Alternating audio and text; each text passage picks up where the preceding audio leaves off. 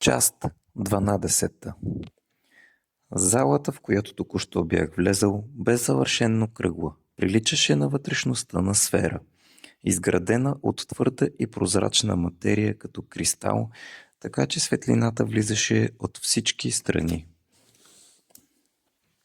Долната й част почиваше върху огромен съд, пълен с червен пясък. Приятна и равномерна топлина владееше това кръгло затворено пространство. Смаяно глеждах тази кристална сфера, когато ново явление предизвика възхитата ми. От пода на залата се издигна лека пара, влажна и минзохарено жълта. Тя ме обви, нежно ме издигна и 36 дни ме поддържаше в горната част на сферата. След това парата започна да се разсейва, малко по малко заслиза и накрая отново се оказах на пода. Робата ми си бе сменила цвета. Когато влязах в залата, бе зелена, а сега бе станала ярко-червена. Обратното се бе случило с пясъкът, върху който се намираше сферата. Червеният му цвят постепенно се бе променил в черен.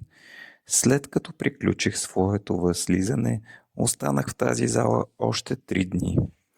След това я напуснах, за да вляза в огромно място, заобиколено от колонади и позлатени портали.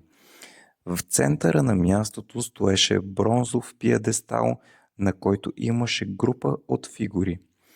Царствената глава на едър и силен мъж бе покрита с шлем с корона. През пролуките на златните му доспехи се подаваше синя дреха. В едната си ръка той държеше бяла тояга с някакви знаци, а другата бе протегната към красива жена.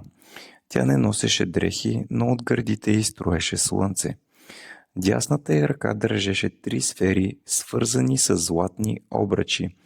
Диадема от червени цветя обграждаше красивата й коса. Тя бе отскочила във въздуха и сякаш издигаше и войнат, който я придружаваше.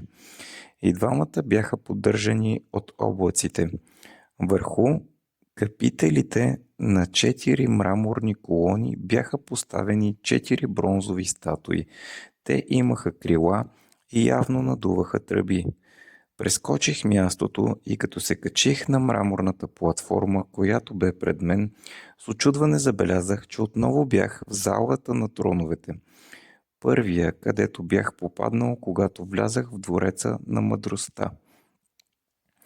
Триъгълният олтар все още се намираше в центъра на залата, но птицата, олтарът и факлата се бяха съединили в едно.